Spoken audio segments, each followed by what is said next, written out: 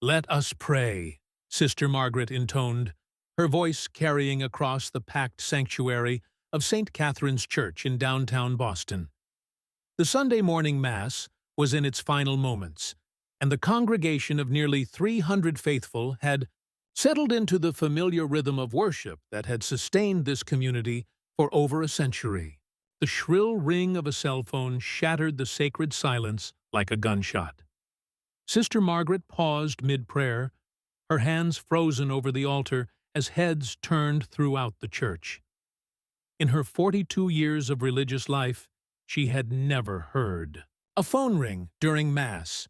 The parish had strict policies about electronic devices, and the congregation was religiously observant about maintaining the sanctity of worship. The ringing continued, echoing off the Gothic arches and stained glass windows. Sister Margaret realized with growing horror that the sound was coming from her own pocket, the emergency phone that Mother Superior had insisted she carry ever, since the convent had started receiving strange calls in the middle of the night. "I apologize," she whispered to the congregation, her face burning with embarrassment as she fumbled for the device. Her first instinct was to silence it immediately, but something made her pause. The caller ID showed only a number she didn't recognize, but there was something about the persistence of the ringing that felt urgent, almost desperate. The congregation waited in uncomfortable silence as Sister Margaret stood frozen at the altar, the phone vibrating in her trembling hands. Father Rodriguez, who was supposed to be assisting with communion, had stepped forward with a questioning look. "Sister," he whispered. Against every instinct of propriety and protocol, Sister Margaret answered the call. "Hello?" she said quietly, turning slightly away from the microphone. "Margaret Mary O'Sullivan." The voice that came through the phone was barely above a whisper, but it hit her like a physical blow. It was a man's voice, aged and gravelly, speaking her birth name, a name she hadn't heard in over 4 decades. "Who is this?" she managed to say, her voice cracking. "You know who this is, Maggie. You've been running from me for 42 years, but I found you." Sister Margaret's legs gave way, and she gripped the altar to keep from falling. The voice belonged to someone from a life she had tried desperately to forget, someone who should have been dead, someone whose existence threatened everything she had built. "That's impossible," she whispered into the phone, dimly aware that 300 people were watching her public breakdown. "Is it? Look in your left pocket, Maggie. The deep one." With shaking fingers, Sister Margaret reached into the pocket of her habit that she never used, the one that had been sewn shut when she received the garment 20 years ago. But now it was open, and inside was something that made her blood freeze. A small silver locket that she had thrown into Boston Harbor in 1981. "How?" she breathed. "I've been closer than you think, sister. Much closer."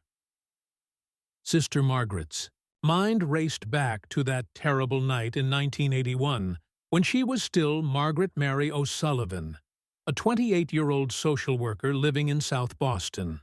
The night when everything changed, when the life she had known ended, and Sister Margaret was born from desperation and terror. "You're supposed to be dead," she whispered. "A lot of people are supposed to be dead, Maggie. But sometimes the dead don't stay buried." The congregation was growing restless. Father Rodriguez approached the altar, his face creased with concern. "Sister Margaret, is everything all right?" She held up a hand to stop him, her eyes never leaving the silver locket in her palm. Inside that locket was a photograph that could destroy her entire life, expose secrets that would bring down not just her, but the entire convent. "What do you want?" she asked the voice on the phone. "I want what's mine, Maggie. What you stole from me before you disappeared." "I don't know what you're talking about." "The money, Maggie. The $3 million you took from Mickey. Torino's safe the night you killed him." The accusation hung in the air like smoke from a funeral pyre. Sister Margaret could hear her own heartbeat pounding in her ears, could feel the eyes of the congregation burning into her back. "I didn't kill anyone," she said, but her voice lacked conviction. "We both know that's not true. You put a bullet in Mickey's head and walked away with enough money to disappear forever. But I was there, Maggie. I saw everything." Sister Margaret closed her eyes, and suddenly she was back in that dingy apartment in Southie, watching Mickey Torino bleed, out on his kitchen floor while she stood over him with a smoking gun in her hand. She had been defending herself. Mickey had been drunk, violent, reaching for his own weapon. But self-defense wouldn't have mattered to the Irish mob that Mickey worked for, wouldn't have mattered to the police who were on Mickey's payroll. So she had taken the money from his safe, money that was supposed to go to loan sharks, to corrupt cops, to other criminals in Mickey's network. She had taken it and disappeared, eventually finding her way to St. Catherine's Convent, where she reinvented herself as a woman called to serve God. "Who are you?" she asked the voice. "I'm someone who's been waiting 42 years for justice, Maggie. Someone who loved Mickey Torino like a brother." Mickey was a criminal, a loan shark, and a murderer. Mickey was family, and you killed him. Sister Margaret opened the locket with trembling fingers. Inside was the photograph she remembered, herself and Mickey Torino at Fenway Park, both of them young and laughing, her wearing the engagement ring he had given her just weeks before she discovered what he really did for a living. "You kept this," she whispered. "I kept everything, Maggie. Photos, letters, evidence. I've been building a case against you for 4 decades. Then why wait? Why call me now?" "Because I'm dying. Cancer. The doctors say I have maybe 2 weeks left. And I want to see your face when I destroy everything you've built." The phone went dead, leaving Sister Margaret standing at the altar with a locket containing evidence of a life she had tried to bury. The congregation was stirring uneasily, and Father Rodriguez was approaching with obvious concern. "Sister, what's happening?" he asked quietly. Sister Margaret looked out at the faces of the people who had trusted her, who had confessed their sins to her, who had looked to her for spiritual guidance. How could she tell them that their beloved Sister Margaret was actually a fugitive from justice, a woman who had killed her fiancé and stolen money from the Irish mob? "I need to step away for a moment," she said, her voice barely audible. "Communion." "Please continue," with she walked toward the sacristy, on unsteady legs, the locket burning like a coal in her palm. Behind her, she could hear Father Rodriguez, trying to restore order to the confused congregation, his voice calm and reassuring despite the chaos she had created. In the privacy of the sacristy, Sister Margaret sank into a chair and stared at the photograph in the locket. She and Mickey looked so young, so happy, so unaware of the tragedy that would destroy both their lives.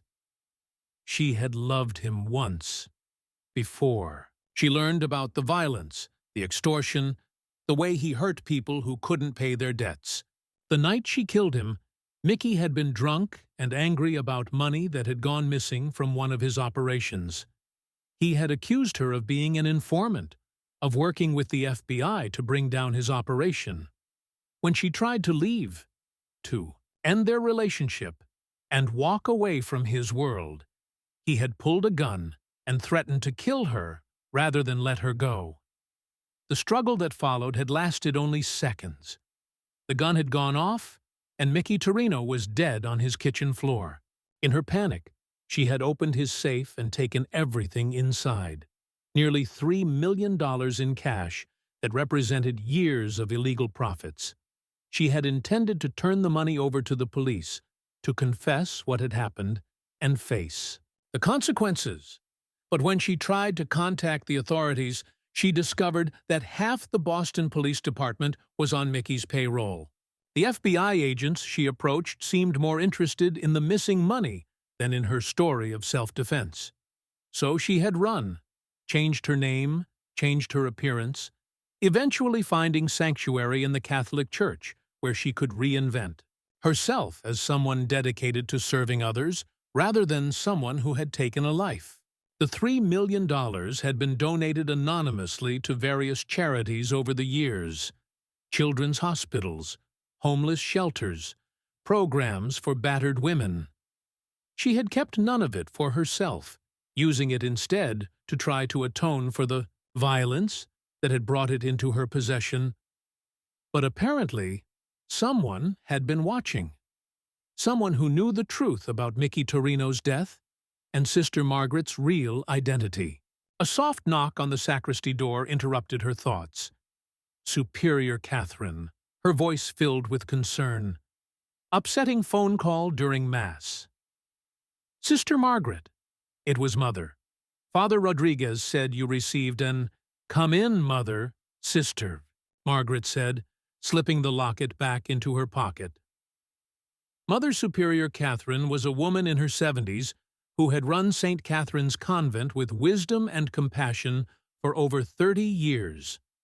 She took one look at Sister Margaret's pale face and immediately sat down beside her. "What's happened, my dear?" Sister Margaret looked into the kind eyes of the woman who had been her spiritual mother for 2 decades and felt the weight of 42 years of deception crushing down on her. "Mother, I need to tell you something. Something that's going to change everything." Over the next hour, Sister Margaret told Mother Superior Catherine the entire story. About Margaret Mary O'Sullivan, about Mickey Torino, about the night of violence that had driven her to seek sanctuary in religious life. She showed her the locket, explained about the phone call, and waited for the condemnation that she was sure would follow. But Mother Superior Catherine listened without judgment, her weathered hands folded in her lap, her face calm and thoughtful. "And you believe this caller intends to expose your past?" she asked when Sister Margaret finished. "I don't know what he wants. He mentioned the money, but I gave it all away years ago. I think he just wants revenge." "Revenge for what?" "You defended yourself against a violent man, but I took the money. I ran instead of facing justice. I've been living a lie for 42 years. Mother Superior Catherine was quiet for a long moment. "Sister Margaret, in your time here, how many people have you counseled? How many have you helped find peace with their past mistakes?" "I don't know. Hundreds, maybe thousands." "And what do you tell them about forgiveness? About the possibility of redemption?" Sister Margaret felt tears welling up in her eyes. Anyone can find forgiveness if they truly repent. "I tell them that God's mercy is infinite. That, and do you believe that applies to everyone except yourself? It's different. I've been deceiving all of you. I'm not who you think I am."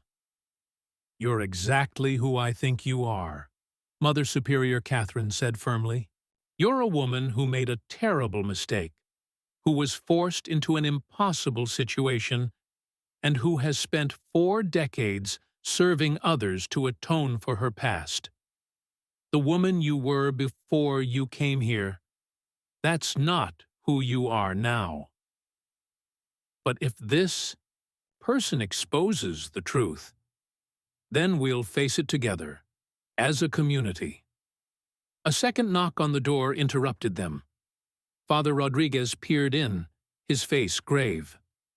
"I'm sorry to disturb you, but there's a man here who says he needs to speak with Sister Margaret immediately. He says it's about the phone call." Sister Margaret's heart raced. "What does he look like?" "Elderly, maybe 70s. He's in a wheelchair, looks quite ill, but his eyes..." Father Rodriguez paused. His eyes are very intense, almost frightening. "Send him in," Mother Superior Catherine said before Sister Margaret could object. The man who entered the sacristy was clearly dying. His face was gaunt and gray, his breathing labored, his hands trembling with the effort of maneuvering his wheelchair. But his eyes were sharp and focused, burning with an intensity that made Sister Margaret's skin crawl. "Hello, Maggie," he said, his voice the same gravelly whisper she had heard on the phone. "I don't know you," she replied, though something about his face seemed familiar. "Tommy Kelligan," he said. "Mickey's cousin. I was there the night you killed him." The name hit her like a physical blow. Tommy Kelligan had been Mickey's right-hand man, his enforcer, the person who collected debts and delivered punishment to those who crossed the Torino operation. He had been there that night, in the apartment, when she arrived to confront Mickey about his criminal activities. "You were supposed to be in prison," she said. "I was. 25 years for armed robbery. Got out 5 years ago, sick as a dog, but free as a bird." Tommy's smile was cold and predatory. "Spent every day of those 25 years thinking about you, Maggie. Thinking about how you killed my cousin and disappeared with his money. It was self-defense. Mickey pulled a gun on me." Mickey was defending himself from a thief and a murderer. Mother Superior Catherine stepped forward. "Margaret has done nothing wrong. Mr. Kelligan, I think you should leave." Sister Tommy laughed, a sound like broken glass. "Sister Margaret? Is that what she calls herself now? Mother, do you know what your precious sister did before she found God?" "I know everything I need to know about Sister Margaret," Mother Superior Catherine replied firmly. "Do you know she was engaged to my cousin? Do you know she was living off money he made from breaking legs and running numbers? Do you know she put a bullet in his brain and stole $3 million? I know that she's spent 42 years serving others, helping people in crisis, and dedicating her life to God."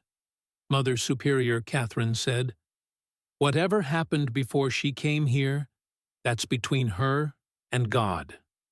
Tommy reached into his jacket and pulled out a manila envelope. The world decide for themselves. "Well, maybe it's time to let..." He opened the envelope and spread photographs across the small table in the sacristy. Crime scene photos from Mickey Torino's apartment, showing his body on the kitchen floor, the open safe, the blood spattered across the walls. "I had friends in the Boston PD," Tommy said. "Friends who made sure I got copies of everything before the case got buried. Photos, witness statements, evidence reports, everything needed to prove that Margaret Mary O'Sullivan murdered Mickey Torino and stole his money." Sister Margaret stared at the photographs, memories flooding back of that terrible night. "What do you want from me, Tommy?" "I want justice for Mickey. I want the world to know what kind of person is wearing that habit, taking confession from good Catholic families. And if I give you what you want, if I confess publicly to what happened that night?" Tommy's smile widened. "Then maybe I don't send these photos to the Boston Globe. Maybe I don't contact the FBI about a 42-year-old murder case that was never solved." "You're blackmailing her," Mother Superior Catherine said, her voice steady despite the gravity of the situation. "I'm offering her a chance to tell the truth, for once in her life." Sister Margaret looked at the photographs, at the evidence of the violence that had shaped her entire adult life. She thought about the congregation she had just left, about the people who trusted her, about the work she had done over 4 decades of religious service. "What kind of confession do you want?" she asked quietly. "A public one. Tomorrow morning, in front of your congregation." Tell them who you really are, what you really did. Then turn yourself in to the police. And if I refuse, then I make the decision for you. The story goes public either way, Maggie. The only question is whether you control the narrative or I do. Mother Superior Catherine stepped between them. Mr. Kelligan, Sister Margaret needs time to consider your request. This is not a decision to be made under pressure. She's had 42 years to make this decision, Tommy replied. Time's up. He gathered the photographs and returned them to the envelope. You've got until tomorrow morning, Maggie. 10 o'clock Mass. Either you tell them the truth, or I will. After Tommy left, Sister Margaret sat in stunned silence with Mother Superior Catherine. The sacristy felt smaller somehow, as if the walls were closing in around them. What am I going to do? Sister Margaret asked. What do you think is the right thing to do? I don't know anymore. If I confess publicly, it destroys not just me, but this entire community. People will lose faith, question everything we've taught them. But if you don't, then someone else controls your story. Someone who wants to destroy you, rather than seek understanding. Sister Margaret picked up the locket and stared at the photograph inside.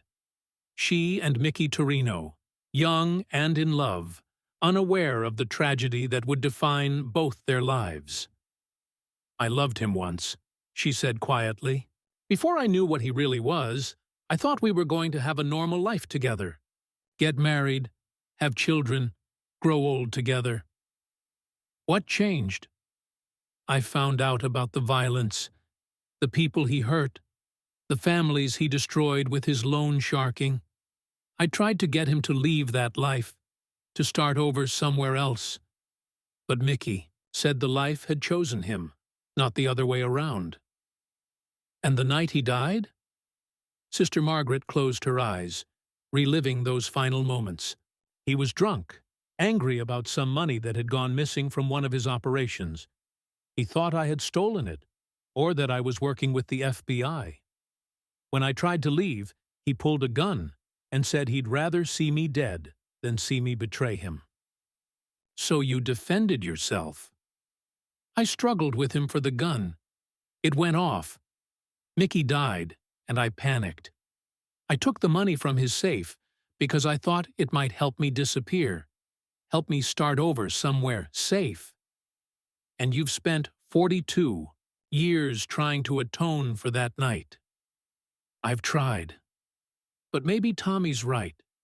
Maybe I've been running from justice all this time, hiding behind this habit and pretending to be someone I'm not. Mother Superior Catherine was quiet for a long moment. The story of Mary Magdalene? Sister Margaret, do you remember? Of course. She was a woman with a past, someone who had made mistakes, someone who was condemned by others for her choices. But Jesus saw something in her that others missed. He saw her potential for redemption, her capacity for love and service. It's not the same thing, isn't it? You've spent 4 decades serving others, helping people find peace with their own mistakes, showing God's love to those who needed it most. If that's not redemption, what is? Sister Margaret felt tears streaming down her face. About the truth? But what about justice for Mickey? What? The truth is complex, my dear. Yes, you killed a man, but you also saved your own life and removed a violent criminal from the world. Yes, you took money that didn't belong to you, but you used that money to help others, to fund charitable works that have touched thousands of lives. Tommy won't see it that way. Tommy Kelligan is a dying man who's been consumed by hatred for 42 years. His idea of justice is revenge, not reconciliation. That evening, Sister Margaret walked through the convent gardens, trying, to find peace in the familiar surroundings that had sheltered her for so long. The other sisters gave her space, sensing that she was wrestling with something profound. As the sun set over Boston Harbor, she found herself at the small shrine to Mary Magdalene that she had helped build 20 years earlier. The statue of the saint looked serene and peaceful, her stone face turned toward heaven in an expression of perfect trust. "What would you do?" Sister Margaret asked the statue. "And mercy, between justice and forgiveness? How do you choose between truth?" The answer came not from the statue, but from deep within her own heart. She had spent 42 years running from the truth. But perhaps it was time to stop running and start trusting in the same mercy she had offered to others. The next morning, Sister Margaret stood before the congregation at St. Catherine's Church. The sanctuary was packed, word having spread about the previous day's unusual interruption. Tommy Kelligan sat in the back row, his wheelchair positioned where he could see everything, his manila envelope resting on his lap. "My dear friends," Sister Margaret began, her voice steady despite the turmoil in her heart. "Yesterday, you witnessed something that must have seemed very strange. I received a phone call during Mass that disturbed me greatly. Today, I want to explain what that call was about." She paused, looking out at the faces of people who had trusted her for decades. Children she had baptized, couples she had counseled, families she had comforted in their times of loss. 42 years ago, before I entered religious life, I was a different person with a different name. I was Margaret Mary O'Sullivan, and I was engaged to a man named Michael Torino. A murmur ran through the congregation. Some recognized the name from old newspaper stories about organized crime in Boston. Michael was involved in illegal activities: loan sharking, extortion, violence. When I discovered the truth about his life, I tried to convince him to leave that world behind. He refused. Sister Margaret's voice grew stronger as she continued. "On the night of October 15, 1981, I went to Michael's apartment to end our relationship. He was drunk and angry, convinced that I was betraying him to law enforcement. When I tried to leave, he threatened me with a gun. In the struggle that followed, the gun went off, and Michael died." The congregation sat in stunned silence. Tommy Kelligan leaned forward in his wheelchair, his eyes gleaming with satisfaction. "I panicked and made a terrible decision. I took money from Michael's safe, money that represented years of illegal profits, and I disappeared. I eventually found my way here, to St. Catherine's, where I was welcomed and given the chance to start over." "What did you do with the money?" someone called out from the congregation. "I gave it all away," Sister Margaret replied. "Over the years, I donated every penny to charities, children's hospitals, homeless shelters, programs for battered women. I kept none of it for myself." Father Rodriguez stood up from his seat near the altar. "You've been living under a false identity all these years?" "Sister Margaret, are you saying—" "I'm saying that Margaret Mary O'Sullivan died that night in 1981, and Sister Margaret was born from her ashes. I didn't come to religious life because I felt called by God. I came because I was running from my past. But over the years, that calling became real. The work we do here, the people we serve, the faith we share, that's all genuine." Tommy Kelligan wheeled himself toward the front of the church. "Tell them you're a murderer. Tell them the rest, Maggie." Sister Margaret looked directly at him. "I killed a man who was trying to kill me. I took money that didn't belong to me and used it to help others. I have lived under an assumed identity for 42 years. These are the facts of my story." "And what about justice? Tommy demanded. What about punishment for your crimes? Justice, Sister Margaret said quietly, is not the same as revenge, Tommy. I've spent 4 decades serving others, trying to atone for that terrible night. I've helped thousands of people find peace with their own mistakes, their own guilt, their own need for forgiveness. She turned back to the congregation. I stand before you today not asking for your forgiveness. That's between me and God. I'm asking for your understanding and for your prayers as I decide what to do next. Teague. The silence in the church was deafening. Then, slowly, an elderly woman in the front row stood up. It was Mrs. O'Brien, whose husband, Sister Margaret, had comforted through his final illness. Sister Margaret, she said, her voice carrying clearly through the sanctuary. You held my husband's hand when he was dying. You helped me find the strength to carry on after he was gone. I don't care what your name used to be, or what happened before you came here. You're the woman who saved my life, when I thought I couldn't go on.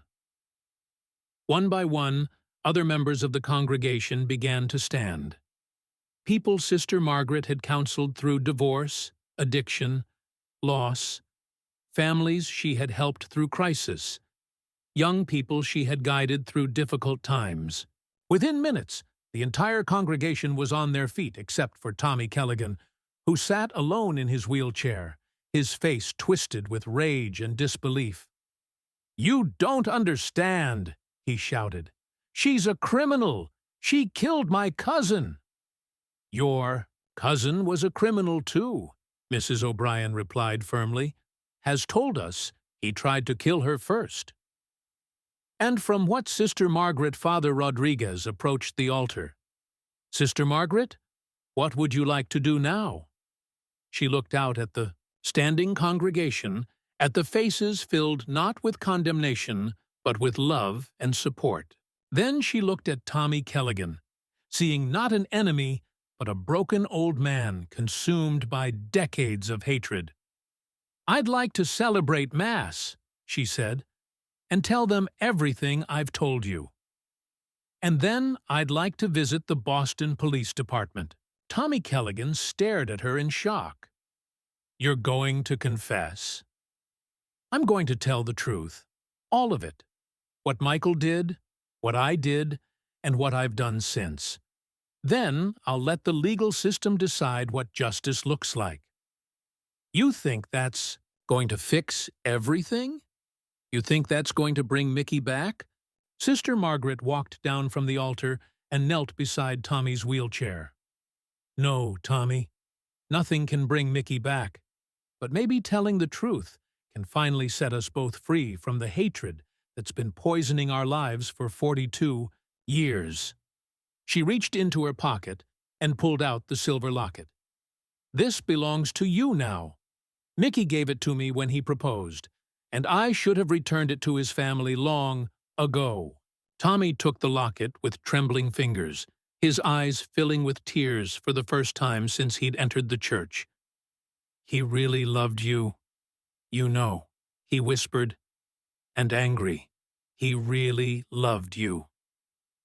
Even at the end, even when he was drunk. I know, Sister Margaret replied, and I loved him too. That's what made that night so tragic. It didn't have to happen. If Mickey had made different choices, if I had been braver, if either of us had chosen love over fear. But you can't change the past. No, but we can change what we do with the future. The Mass that followed was unlike any Sister Margaret had ever celebrated. The congregation participated with an intensity and devotion that seemed to transform the very air in the sanctuary. When it came time for the prayers of intercession, person after person stood to offer prayers not just for Sister Margaret, but for Tommy Kelligan, for the soul of Michael Torino, and for all those whose lives had been touched by violence and tragedy. After the service, Tommy Kelligan approached Sister Margaret one more time. 42 years hating you, he said. I don't know how to stop. You don't have to stop all at once, she replied. Something else to do with whatever time you have left. But maybe you can start by choosing, like what? Like helping me make sure Mickey's story is told honestly.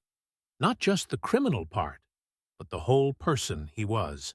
The man who loved baseball and his mother's cooking and those terrible action movies. The man who was trapped in a life he didn't know how to escape. Tommy considered this for a long moment. You'd want me to help you? I'd want you to help Mickey. Help make sure his death meant something more than just another casualty of a violent world. Over the following weeks, Sister Margaret did exactly what she had promised. She met with Boston police detectives, FBI agents, and prosecutors. She told them everything about the night Michael Torino died, about the money she had taken, about the life she had built afterward. The legal process was complex. Some officials wanted to prosecute her for murder, while others argued that the statute of limitations had expired and that the evidence supported her claim of self-defense. The case generated enormous media attention, with some portraying Sister Margaret as a hero and others condemning her as a criminal who had escaped justice for decades. But through it all, the congregation of St. Catherine's stood by her. They hired lawyers, organized prayer vigils, and testified about the woman they had known for 20 years.